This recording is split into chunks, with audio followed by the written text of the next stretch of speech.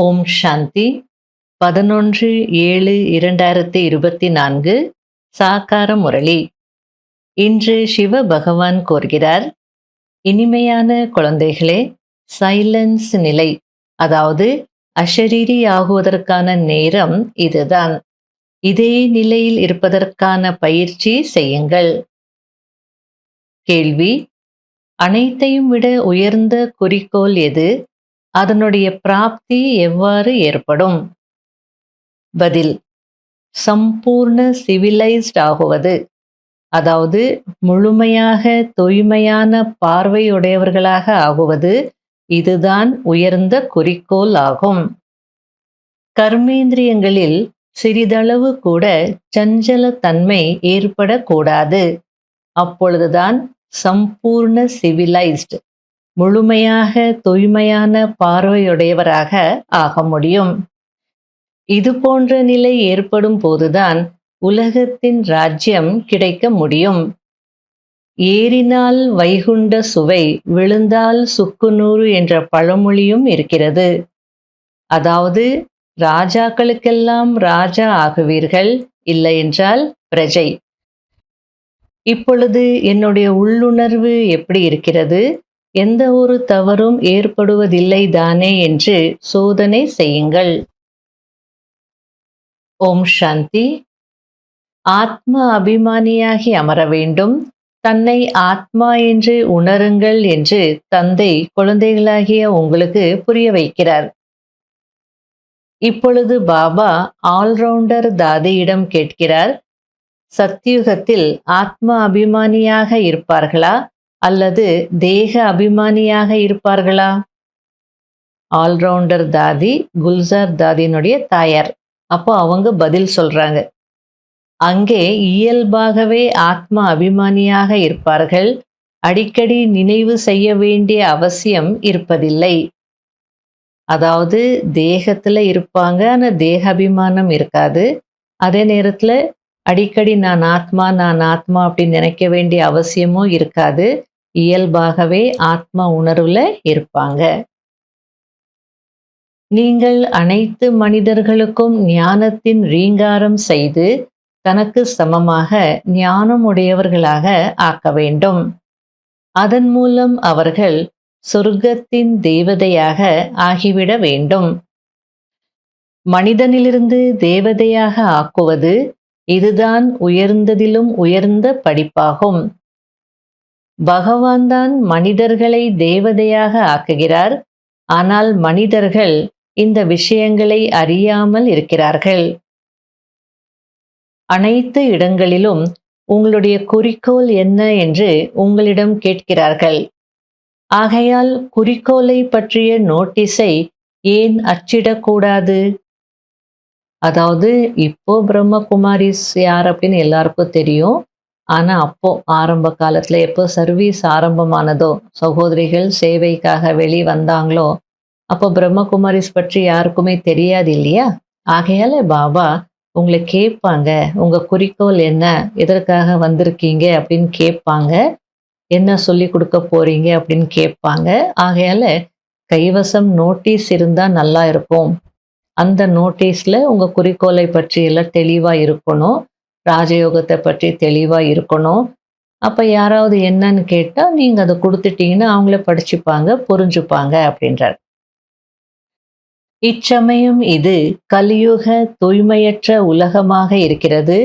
இங்கு அளவற்ற மகான் துக்கம் இருக்கிறது என்பதை பாபா மிகவும் நல்ல முறையில் புரிய வைத்திருக்கிறார். இப்பொழுது நீங்கள் மனிதர்களை சத்யுக தூய்மையான மகான் சுகதாமத்திற்கு அழைத்து செல்வதற்கான சேவை செய்து கொண்டிருக்கிறீர்கள் அல்லது வழி சொல்கிறீர்கள். ஆகையால் ஒரு நல்ல நோட்டீஸை தயாரிக்க வேண்டும். இருந்தாலும் மனிதர்கள் புரிந்து கொள்கிறார்களா என்ன? ரத்தினங்களை கூட கற்கள் என்று நினைத்து வீசிவிடுகிறார்கள். பொதுவா அப்படித்தானே நடக்குது. நோட்டீஸ் கொடுத்துட்டே இருந்தா அப்படியே கீழே போட்டு போயிட்டே இருப்பாங்க. என்னதான் நம்ம நல்ல நோட்டீஸ் அடிச்சு கொடுத்தாலும், அதுல நல்ல மேட்டர் இருந்தாலும் எல்லாரும் படிக்கிறதில்ல. இங்கேயோ அளவற்ற துக்கம் இருக்கிறது என்று புரிந்து கொள்ளும் அளவிற்கு தெளிவாக சொல்லுங்கள் என்று பாபா கூறுகிறார். அதற்கு துக்கங்களின் பட்டியலும் இருக்க வேண்டும். குறைந்தது 101வது அவசியம் இருக்க வேண்டும். அதாவது துக்கங்களுடைய லிஸ்ட் எழுதுங்க. ஒரு 101வது அதுல இருக்கணும் அப்படின்றார். அதாவது இந்த கலியுக துக்க தாமத்துல மனிதர்களுக்கு எப்படியெல்லாம் கஷ்டங்கள் வருது, என்னென்ன துன்பங்கள் இருக்கிறது அப்படின்ற ஒரு லிஸ்ட் இருந்தா நல்லது அப்படின்றார். ஆகையால் ஒரு முழு பட்டியலை தயார் செய்யுங்கள். இப்ப எல்லாம் நம்ம யாருக்கும் எதுவும் சொல்லவே வேண்டாம். அவங்களுக்கே எல்லாம் தெரியும். ஆனா ஒரு காலத்துல தாதிமார்கள் சின்ன குழந்தைகளாக இருந்தாங்க. அவங்களுக்கு உலகம்னா என்னன்னு தெரியாது. உலகத்துல என்ன துன்பங்கள் இருக்கு, கஷ்டங்கள் இருக்கு அதெல்லாம் எதுவுமே தெரியாது. ஆகையில பாபா புரிய வச்சு, சிந்தனை செய்ய வச்சு, அதுக்கப்புறம் நீங்க சொல்லுங்க அப்படின்றார். எங்கு துக்கத்தின் பெயரே இருக்காதோ, நாங்கள் அப்படிப்பட்ட ராஜ்யம் அல்லது சுகதாமத்தின் ஸ்தாபனை செய்து கொண்டிருக்கிறோம் என்று இப்படி சொன்னீர்கள் என்றால், உடனே மனிதர்கள் வாயை மூடிக்கொள்வார்கள். அதாவது ஏதாவது ஒரு கேள்வி கேட்டுட்டே இருப்பாங்க. நம்ம புரிய வைக்கிற முறையில புரிய வச்சோம்னா, எதுவும் பேச மாட்டாங்க அப்படின்றார். இச்சமயம் இதை துக்கதாமம் என்று யாராவது நினைக்கிறார்களா என்ன? இதையோ அவர்கள் சொர்க்கம் என்று நினைத்து உட்கார்ந்திருக்கிறார்கள். பெரிய பெரிய மாளிகைகள், புது புது கோவில்கள் ஆகியவற்றை உருவாக்கிக் கொண்டே இருக்கிறார்கள். இவை அனைத்தும் அழிந்து போக போகிறது என்பதை அறிந்திருக்கிறார்களா என்ன? அவர்களுக்கு லஞ்சத்தின் பணம் நிறைய கிடைக்கிறது. இவை அனைத்தும் மாயையின் விஞ்ஞானத்தின் கர்வம் என்றுதான் தந்தை புரிய வைக்கிறார். கார்கள், விமானங்கள் ஆகிய எல்லாமே மாயையின் வெளி பகட்டாகும். தந்தை சொர்க்கத்தின் ஸ்தாபனை செய்யும் போது மாயை கூட தன்னுடைய வெளி பகட்டை காட்டுகிறது. இதற்குதான் மாயையின் வெளி பகட்டு என்று சொல்லப்படுகிறது. அதாவது பாபா என்ன சொல்ல வர்றார் அப்படின்னா, எப்போ நான் உண்மையான சொர்க்கத்தை ஸ்தாபனை செய்யணும் அப்படின்னு சொல்லி வரேனோ, அப்போதான் இந்த மாயா கூட தன்னுடைய வெளி பகட்டை காட்டுது. அப்போதான் விஞ்ஞானத்தினுடைய புது புது கண்டுபிடிப்புகள் எல்லாம் வருது. கார்கள் என்ன, விமானங்கள் என்ன, மாளிகைகள் என்ன, புது புது கோவில்கள் எல்லாம் உருவாக்குறாங்க. அதை பார்த்து மனிதர்கள் இதே சொர்க்கம் அப்படின்னு நினைச்சிட்டு இருக்காங்க. ஆனா இது மாயினுடைய பாம்ப், மாயாவினுடைய வெளி பகட்டுன்றது தெரிய மாட்டேங்குது அப்படின்றார். இப்பொழுது குழந்தைகளாகிய நீங்கள் முழு உலகத்திலும் அமைதியை ஸ்தாபனை செய்து கொண்டிருக்கிறீர்கள். யாராவது யாருடைய பெயர் ரூபத்தில் மாட்டிக்கொள்கிறார்கள் என்றால், இவர் கிரிமினலைஸ்ட், அதாவது விகார பார்வையுடையவர் என்று தந்தை புரிய வைக்கிறார். இச்சமயம் முழுமையாக சிவிலைஸ்ட், அதாவது தூய்மையான பார்வையுடையவராக யாருமே இல்லை என்பதை பாபா அறிந்திருக்கிறார். கொஞ்சம் கூட சஞ்சலம் ஏற்படக்கூடாது. இதில் நிறைய உழைப்பு இருக்கிறது. ஒரு சிலர்தான் இதுபோல் இருப்பார்கள். கண்கள் ஏதாவது ஒரு வகையில் அவசியம் ஏமாற்றி விடுகிறது. ஆக நாடகம் அவ்வளவு சீக்கிரமாக யாரையும் தூய்மையான பார்வையுடையவராக ஆக்காது. ஏன்னா அரைக்கல்பமாக தேகாபிமானத்துல இருந்ததுனால, தேகத்தை பார்க்கக்கூடிய பார்வை உறுதியாக இருக்கிறதுனால அந்த விகார பார்வை அவ்வளோ ஈஸியாக போகாது. ஏதாவது ஒரு சஞ்சலத்தை ஏற்படுத்திக்கிட்டே இருக்கும். இந்த கண்கள் ஏமாத்திக்கிட்டே இருக்கும் அப்படின்றார். ஆகையால் நன்றாக முயற்சி செய்து தன்னைத்தானே சோதித்து கொள்ள வேண்டும். அதாவது என்னுடைய கண்கள் எங்குமே என்னை ஏமாற்றவில்லை தானே என்று சோதனை செய்ய வேண்டும். உலகத்தின் அதிபதி ஆகுவது என்பது மிகவும் உயர்ந்த குறிக்கோள் ஆகும். ஆத்மாக்களாகிய நீங்கள் அஷரீரியாக வந்தீர்கள், ஷரீரம் இருக்கவில்லை. அடுத்தது எந்த ஷரீரத்தை எடுப்போம், எந்த சம்பந்தில் வருவோம் என்பது உங்களுக்கு தெரியுமா என்ன? தெரிய வருவதில்லை என்று தந்தை கூறுகிறார். இப்பொழுது நீங்கள் வீட்டிற்கு செல்ல வேண்டும். எனவே இந்த பழைய உலகத்தின், இந்த பழைய ஷரீரத்தின் உணர்வை நீக்கிவிட வேண்டும். எதுவும் நினைவிருக்க கூடாது. மிகுந்த பத்தியமும் இருக்க வேண்டும். உள்ளுக்குள் என்ன இருக்கிறதோ அதுதான் வெளிவரும். அதாவது உள்ளுக்குள்ளே தேக அபிமானம் இருக்குன்னா அதுதானே வெளிவரும், எமர்ஜ் ஆகும். உள்ளுக்குள்ள என்னென்ன ஞாபகங்கள் இருக்கோ அதுதானே எமர்ஜ் ஆகும். எதுவும் நினைவிருக்க கூடாது அப்படின்னா உள்ளுக்குள்ள அந்த மாதிரி கடந்த கால விஷயங்கள் எதுவும் இருக்கக்கூடாது. ஏன்னா பாஸ்ட் மெமரிஸ் எல்லாருக்குமே இருக்கும். கடந்த கால ஞாபகங்கள் எல்லாருக்குமே இருக்கும். அப்ப அது நினைவிற்கு வந்துகிட்டே இருக்கும். உள்ள இருக்கிறதுன்னு வெளியே வரும் அப்படின்றார். இப்போ சிவபாபாவிற்குள்ளும் ஞானம் இருக்கிறது. ஆகையால என்ன வெளிவருது? ஞானம் தானே வெளிவருது. எனக்கும் பாகம் இருக்கிறது. என்னை ஞான கடல் என்று சொல்கிறார்கள் அப்படின்னு பாபா சொல்றார். நான் வாய் திறந்தா ஞானம்தான் வருது. ஏன்னா எனக்குள்ள இருக்கிறது ஞானம் மட்டும்தான். அதனாலதான் என்னை ஞான கடல் அப்படின்னு மகிமை பாடுறாங்க அப்படின்றார். இந்த கலியுகத்தில் சுகத்தின் பெயரே இல்லை. அப்படியே இருக்கிறது என்றாலும் காக்கையின் எச்சத்திற்கு சமமானதாக தான் இருக்கிறது. சத்யுகத்திலோ அளவற்ற சுகம் இருக்கும். மனிதர்கள் அர்த்தத்தை புரிந்து கொள்வதில்லை.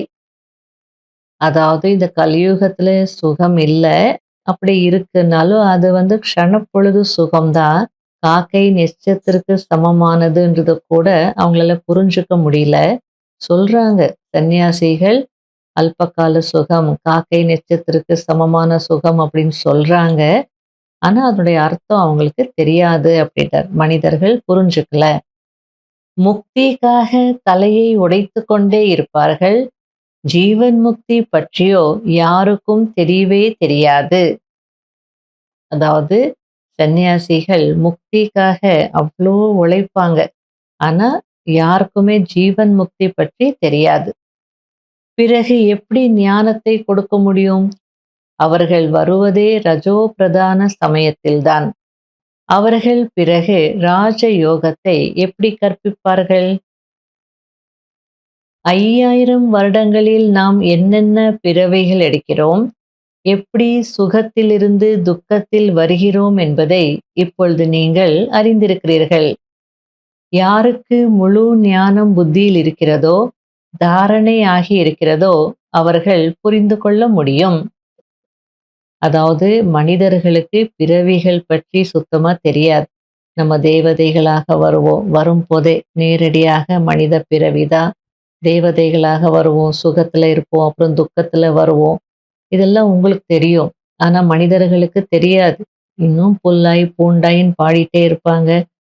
இந்த விலங்காய் அந்த விலங்காய், கடைசியில தான் நம்ம மனிதனா பிறப்போம் அப்படின்னு சொல்றாங்க. ஆனா பாபா புரிய வைக்கிறார். 5000 வருடங்கள்ல நாம் என்னென்ன பிறவிகள் எடுப்போன்றது உங்களுக்கு நல்லாவே தெரியும். யாருடைய புத்தியில ஞானம் இருக்கோ, தாரணை செய்யறாங்களோ அவங்க புரிஞ்சுக்க முடியும் அப்படின்றார். தந்தை குழந்தைகளாகிய உங்களுடைய பையை நிரப்புகிறார். செல்வத்தை கொடுத்தால் குறையாது என்பார்கள். செல்வத்தை தானம் செய்யவில்லை என்றால் அவர்களிடம் இல்லை என்றுதானே அர்த்தம். இவை எல்லாமே அழியாத ஞான ரத்தினங்கள் ஆகும். சில ஆத்மாக்கள் சென்று உயர்ந்த பதவி அடைவார்கள். சில ஆத்மாக்கள் சென்று பிரஜா பதவி அடைவார்கள். ஒவ்வொரு விஷயத்திலும் வரிசை கிரமமாக தானே இருப்பார்கள். நல்லது. இனிமையிலும் இனிமையான காணாமல் போய் கண்டெடுக்கப்பட்ட செல்ல குழந்தைகளுக்கு மாத் பிதா பாப் தாதாவின் அன்பு நினைவுகள் மற்றும் காலை வணக்கம். ஆன்மீக குழந்தைகளுக்கு ஆன்மீக தந்தையின் நமஸ்காரம்.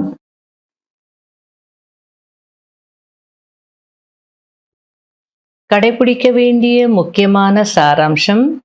முதல் பாயிண்ட், தன்னை பாதுகாத்து கொள்வதற்கு ஒவ்வொரு அடியிலும் இப்படி தன்னை சோதித்து கொள்ள வேண்டும். அதாவது முதல் பாயிண்ட், இன்று ஆத்மாவாகிய என்னுடைய உள்ளுணர்வு எப்படி இருந்தது. 2வது பாயிண்ட், கண்கள் தூய்மையானதாக இருந்ததா? மூன்றாவது பாயிண்ட், தேக அபிமானத்திற்கு வசமாகி ஏதாவது பாவம் செய்தேனா என்று சோதனை செய்ய வேண்டும். இரண்டாவது பாயிண்ட், புத்தியில் அழியாத ஞான செல்வத்தை தாரணை செய்து பிறகு தானம் செய்ய வேண்டும். ஞானம் என்ற வாளில் நினைவு என்ற கூர்மையை நிரப்ப வேண்டும். வரதானம், சத்தியத்தின் அத்தாரிட்டியை தாரணை செய்து அனைவரையும் கவர்ந்தெழுக்கக்கூடிய பயமற்றவர் மற்றும் வெற்றியாளர் ஆகுங்கள். குழந்தைகளாகிய நீங்கள் சத்தியத்தின் சக்தியுடைய உயர்ந்த ஆத்மாக்கள். சத்தியமான ஞானம், சத்தியமான பாபா, சத்தியமான பிராப்திகள், சத்தியமான நினைவு, சத்தியமான குணம், சத்தியமான சக்திகள் என அனைத்தையும் அடைந்திருக்கிறீர்கள். இவ்வளவு பெரிய அத்தாரிட்டியின் போதை இருந்தது என்றால் அந்த சத்தியத்தின் அத்தாரிட்டி ஒவ்வொரு ஆத்மாவையும் கவர்ந்திழுத்து கொண்டே இருக்கும். இந்த பொய்யான கண்டத்திலும் கூட சத்தியத்தின் சக்தியுடையவர்கள் வெற்றியாளர்கள் ஆகிறார்கள். சத்தியத்தன்மையின் பிராப்தி குஷி மற்றும் பயமற்ற தன்மை. உண்மையை பேசக்கூடியவர்கள் பயமற்று இருப்பார்கள். அவர்களுக்கு ஒருபோதும் பயம் ஏற்பட முடியாது. ஸ்லோகன்: நேர்மறையான எண்ணங்கள் மற்றும் சக்திசாலியான உள்ளுணர்வுதான் வாயுமண்டலத்தை மாற்றக்கூடிய சாதனம் ஆகும். இன்றைய அவ்வியக்த சமிகை: தந்தையின் மகிமைகளில் விசேஷமாக கருணை கடல், இரக்க மனமுடையவர் என்ற மகிமை பாடப்படுகிறது. உள்நாட்டிலும் சரி வெளிநாட்டிலும் சரி தந்தையின் முன்பு செல்கிறார்கள் என்றால் இரக்க மனமுடையவரே, மர்சிஃபுல் என்று சொல்கிறார்கள். நீங்கள் அனைவரும் மாஸ்டர் கருணை கடல், அதாவது மாஸ்டர் இரக்க மனமுடையவர்கள். இதுபோல் இரக்க மனமுடையவராகி அனைவர் மீதும் உபகாரம் செய்யுங்கள். ஓம் சாந்தி.